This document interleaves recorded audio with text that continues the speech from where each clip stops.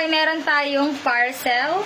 At kung mapapansin niyo tayo ay bisting-bisti din dahil tayo galing simba.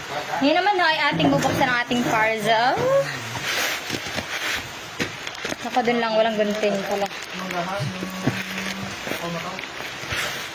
Manasa ng Zizor.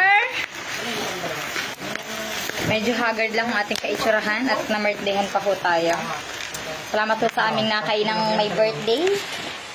Kay sino may birthday? Kay Patrick Carlo. Saka kay Ate Jinky.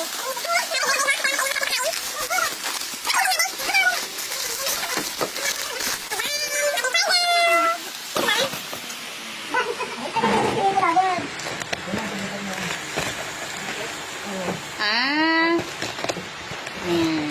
Dahil tayo may dumating na blessing. Sana all may blessing. So, ito ho ang ating parcel. Ayan. Dahil tayo nagtuturo-turo dito, bumili po tayo ng pantatak. Para naman ang ating mga chikiting ay sipaging magsulat. Ha, naman naman may pagmaritis. Ano ito kayo nagbablog din?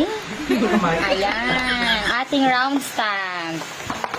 Tapos, meron din ho tayong marker. And, ito ho, para sila marunong bumilang. At, ito ang ating abakan. Susulatin, pagbabasay na ho natin. Para pagpunta nila ng kinder ay sila yung maalam na. Ayan, dahil isa po tayong certified bida-bida, ay tinesting na ho natin ang mga iyan kahit wala pa ang mga bata. Bali, pasensya na ho at sobrang kalat ng lamisa. Bali, maraming salamat po sa ating anonymous sponsor ngayong araw. Thank you po dahil tayo ay may dumating na blessing. More blessing pa po ang dumating sa inyo. Maraming salamat. Yun lang po. Bye!